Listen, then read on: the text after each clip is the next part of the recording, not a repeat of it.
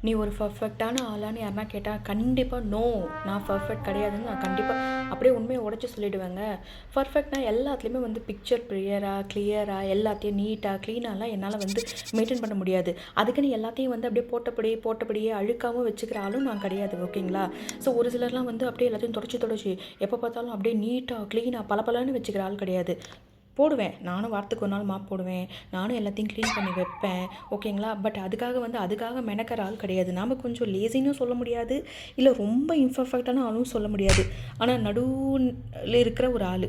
ஆனா வந்து நான் என்ன நம்பி ஏதாவது ஒரு வேலை குடுத்துட்டாங்கன்னு வச்சுக்கோங்களேன், "எட்றா சாமி, எடுத்து முடிச்சுட்டு தான்டா மறு வேலைன்னு" சொல்லிட்டு கடகடன்னு அத பெர்ஃபெக்ட்டா பண்ற ஆளு. ஆனா என்ன மாரி நெறைய பேர் இருக்காங்கன்னு தான் நெனைக்கிறேன். ஓகேங்களா? ஆனா எங்க வீட்டுக்காரர் இருக்காரு பாருங்க, எனக்கு அப்படியே ஆப்போசிட்டு. ஐய்யய்யய்யோ!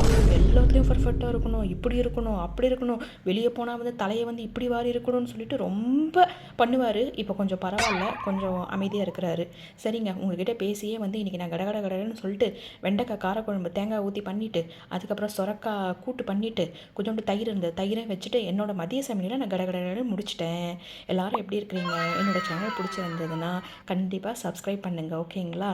ஸோ என்னோட சேனல்ல இருக்க வீடியோஸ்லாம் கொஞ்சம் நேச்சுரலா தான் இருக்கும். அக்செப்ட் பண்ணிக்கோங்க. எல்லாரும் ஹாப்பியா இருங்க. Take care. பை.